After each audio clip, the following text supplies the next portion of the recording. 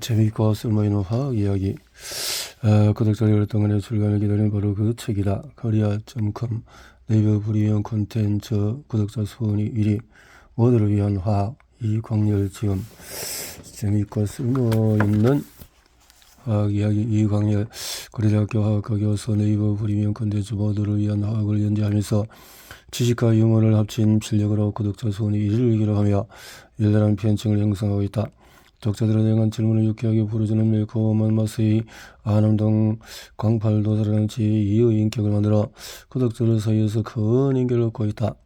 카이스트에서 화학 학사학위, 일리노이 대학교에서 화학과 박사학위를 취득했다. 2003년부터 고려대 화학과 교수로 임명되어 연구를 강의해 오고 있다.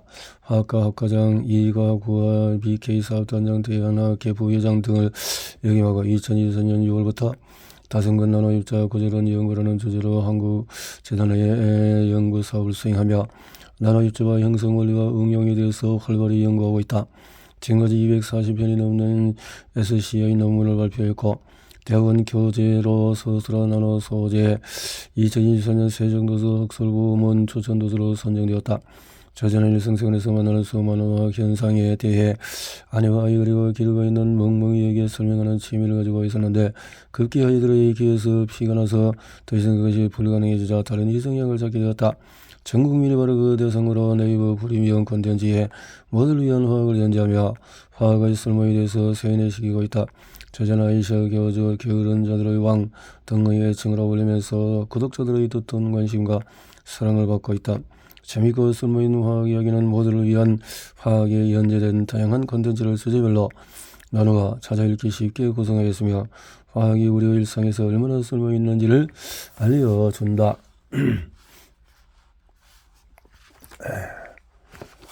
고려대 학교의 교수이시다.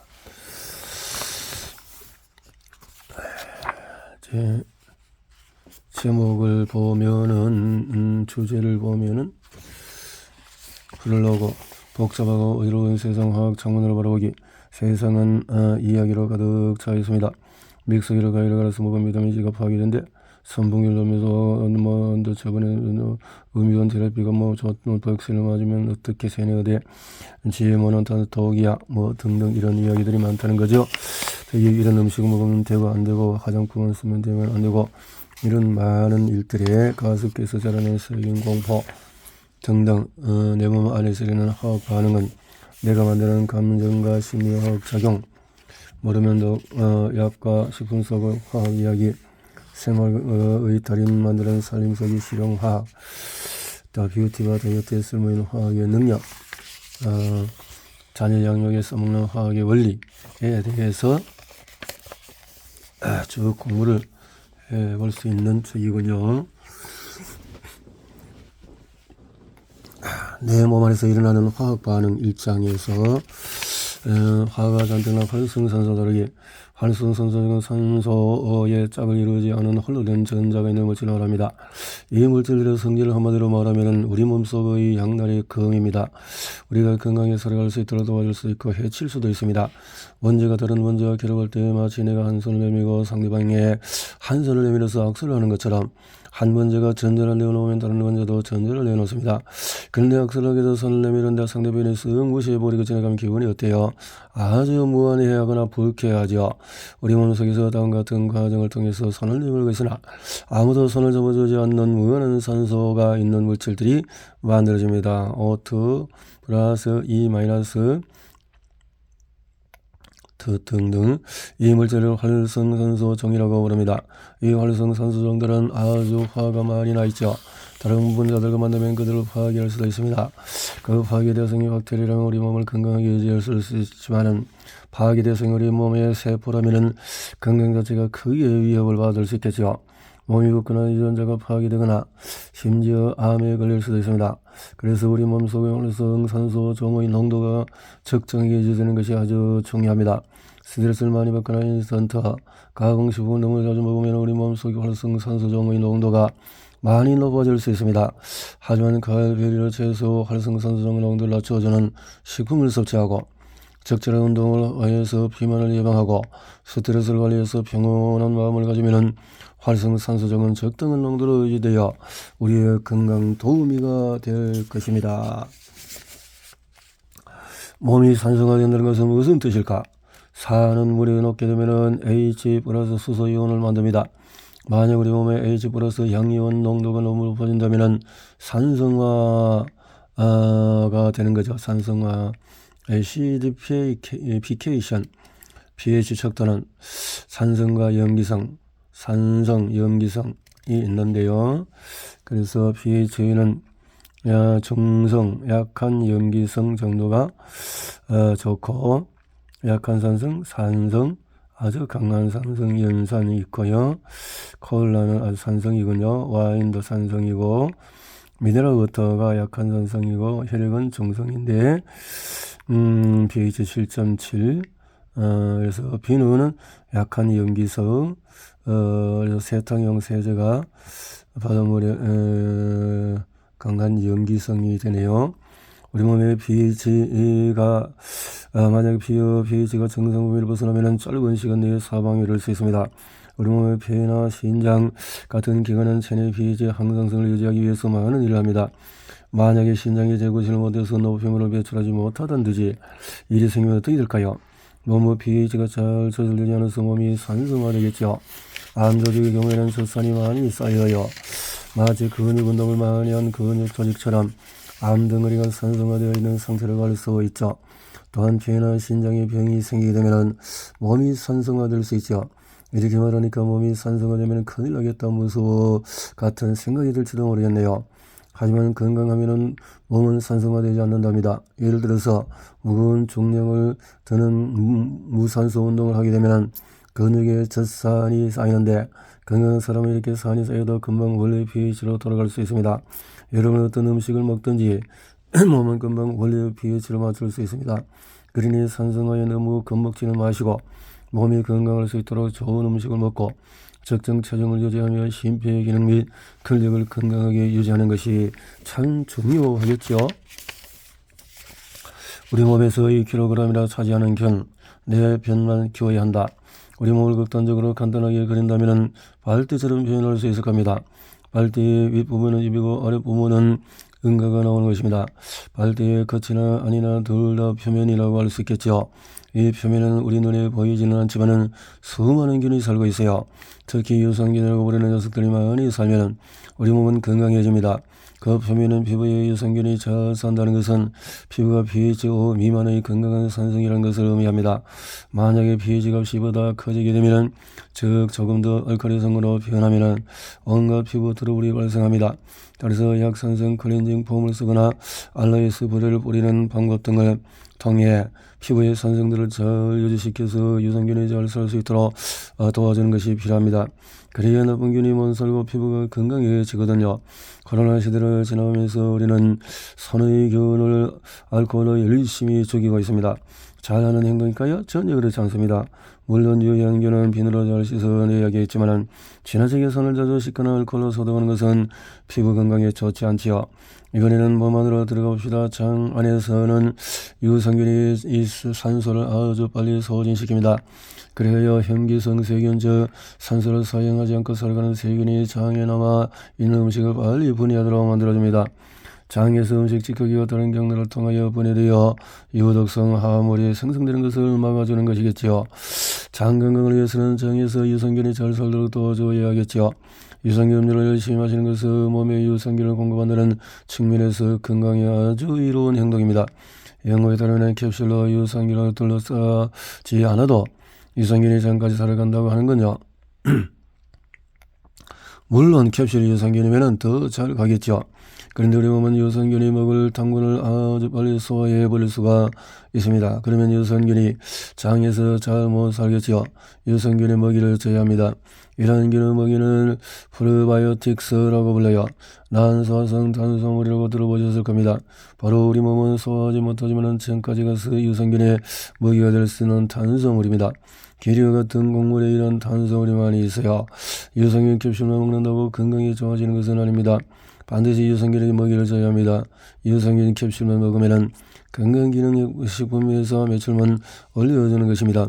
요약해 볼게요. 건강을 위해서는 유산균을 잘 길러야 합니다. 너무 자주 씻어도 안 되고 피부의 산성도 잘 조절해야 하고요. 유산균도 뱃속에 많이 집어넣고 유산균의 먹이 즉 섬유질 식품도 많이 먹어줘야겠습니다. 경과의 건강한 공생을 즐기시기 바랍니다. 우리가 원하지 않는 암의 특별한 능력 10가지. 반려동물을 오래 길러온 사람은 압니다. 많은 반려동물들은 암에 걸려서 죽죠. 아파서 고통스러워하는 것을 보면서 쉽게 떠나보내지 못해요. 사람도 마찬가지입니다. 인간의 수명이 많이 길어졌지만 그만큼 사망 시까지 암에 걸릴 확률이 높아졌습니다. 암에 걸리면 환자도 너무 고통스러워 가족도 정신적으로 이렇게 힘든 상황에 처합니다. 암을 정복하기 위해서 수많은 사람들이 평생 연구하고 예전보다 치료법이 많이 발전하여 특정암의 생존율이 높아졌지만 그러나 전반적으로 갈 길이 멀다고 할 수 있습니다. 암은 유전자의 염기소일에 바뀌어서 생기는 돌연변이의 산물입니다. 암에 걸리면 환자는 비정말하게 됩니다. 왜 그럴까요? 환자가 섭취하는 영양분을 암이 다 빼앗아버리기 때문이다. 그러면 암은 어디서 영양분을 빼올까요? 환자의 혈액을 통해서 영양분을 공급받습니다. 암은 아주 빨리 자란다는 특징이 있습니다. 빨리 자라는 녀석들의 또 한 가지 특징이 늘 배가 고프다는 것입니다.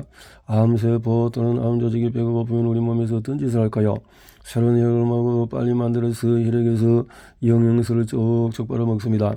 암 덩어리가 커지게 되면 그 속에 있는 암세포들은 서로 더 먹고 싶어서 경쟁하게 됩니다. 그 중에는 에이 내가 다른 데 가서 살고 말지 하는 놈들도 생기죠. 이 암세포가 암조직에서 떨어져 나와 다른 곳으로 가서 다시 암조직으로 자라나는 것을 전이라고 합니다. 자, 이제 암에 대해서 대충 알게 되었죠? 그렇다면 다음 그림을 자세히 들여다보도록 합시다. 이 그림은 암이 가지는 대표적인 특성과 치료법을 보여주고 있습니다. 시계 1시에서 해당하는 부분부터 시계의 방향으로 암의 특성에 대해서 하나하나 설명해 보도록 하겠습니다. 앞에서 암은 유전자의 염기소일이 바뀌어서 생기는 돌연변이의 산물이라고 했죠. 돌연변이가 대체 어떤 성질을 가지기에 암을 정복하는 것이 있도록 어려운 것일까요? 자, 암의 대표적인 특성과 치료법은 기성으로 봐야 돼.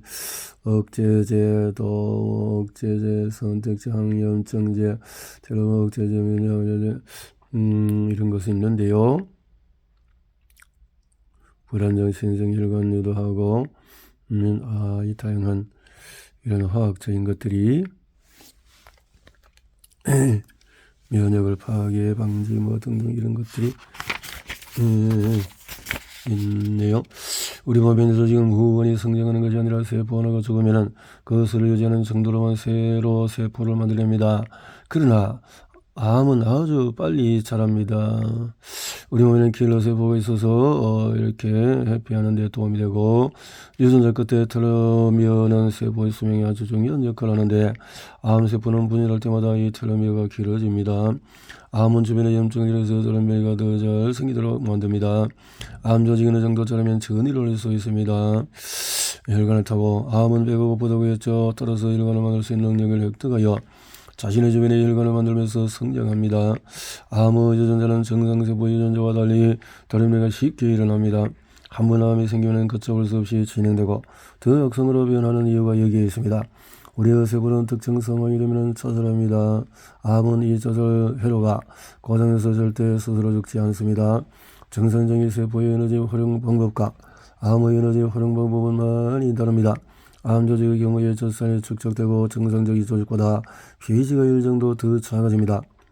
암 조직은 성장 촉진 인자를 많이 만들어 내서 자신의 주변에서 암세포의 분화가 아주 빨리 일어나려고 합니다. 이제 왜 암이 고치기 힘든 병인지 알겠죠? 우리 몸의 세포인데 돌연변이가 일어나서 주변 조직보다 훨씬 빨리 자라고 죽지도 않고 영양분도 다 뺏어버리고 다른 데로 전이어서 또 암덩어리를 만들어냅니다. 항암제를 투여하면 암덩어리가 줄어들면 좀 지나면 항암제의 내성을 획득하여 죽지도 않습니다. 하지만 최근 표적 항암제를 이용한 치료법도 생기고 미래에는 유전자 가계 기술로 나쁜 유전자 부분을 잘라내고 정상 유전자로 바꿔치기 할 수 있을지도 모르겠습니다. 미래를 어서 암의 치료법은 더 발전할 것이고 언젠가는 암도 정복될 것입니다. 그때까지 다들 암에 걸리지 말고 잘 버텨보도록 합시다. 술, 담배, 마약하지 말고 맵고 짜고 자극적인 음식을 피하고 운동화에서 비만을 벗어나면 암에 걸릴 확률이 줄어듭니다. 다 알고 있는 것이니 실천하면 됩니다. 모두 파이팅!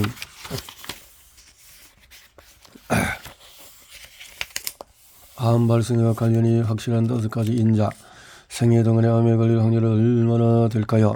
미국 통계를 보자면 남자는 40%, 여자는 38.5%, 암에 걸려서 사망에 이르는 확률은 약 20% 정도 된다는군요. 5명 중에서 2명은 사는 동안에 한 번에 암에 걸리고 암에 걸린 사람 중에서 반은 사망한다는 것입니다. 5명 중에서 1명은 암으로 죽는 셈이죠. 유명 배우 안젤리나 졸리가 유방을 완전히 제거하는 수술을 했습니다. 자신의 유전적으로 가까운 사람들이 모두 유방암으로 사망했기 때문에 자신도 반드시 그렇게 될 것이라는 두려움이 그렇게 결정을 했다고 합니다. 암은 앞에서 이야기한 대로 유전자의 이상 때문에 생기는 것은 맞습니다. 그러나 암이 단 하나의 인자에 의해서 생기는 것이 아니라는 것이 학계의 통설입니다. 암이 대체 무엇 때문에 생기는지에 대해서는 수많은 가설이 있습니다.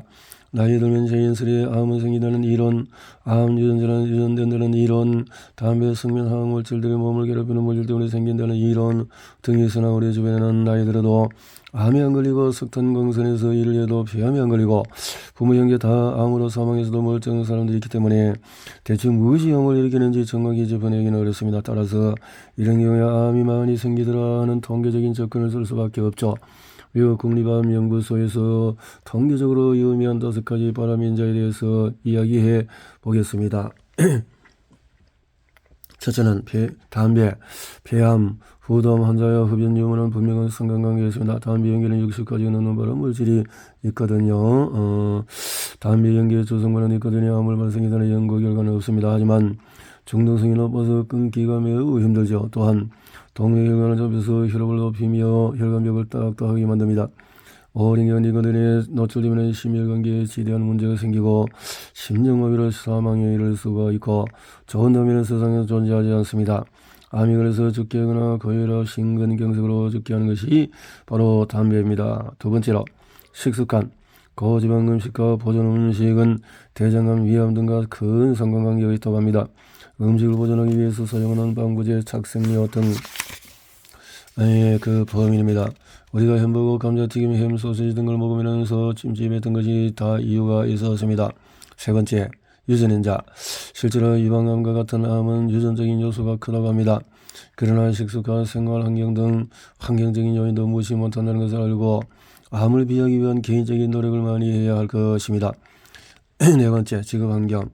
햇빛에 계속 노출된 채 작업해야 하는 농업 종사자들, 석탄, 비소, 성면 등에 노출될 가능성이 있는 광업, 건축업 종사자들, 화학 공장에서 유전기에 계속 노출되는 작업자들은 암의 발병률이 인구 전체의 암 발병률보다 높습니다. 다음 현은 암의 종류별로 해당 암을 유발한다고 알려진 물질들을 분류해 놓은 것입니다. 그중에 특히 라돈, 타르, 비소, 성면, 크로, 니켈, 알루미늄, 석탄, 포름, 알데히드, 가죽가루, 제초제, 벤젠, 크로로, 페놀, 염화, 비닐 등이 눈에 띄네요. 광업, 건축업, 화학, 제조, 제철소, 반도체, 플라스틱 시설에서 동사하는 분들은 분진, 유전기 등을 흡입하지 않도록 극렬히 신경 써야 합니다. 앞에서 언급된 염화, 비닐의 경우에 플라스틱에서 소량 녹아 나오기도 합니다.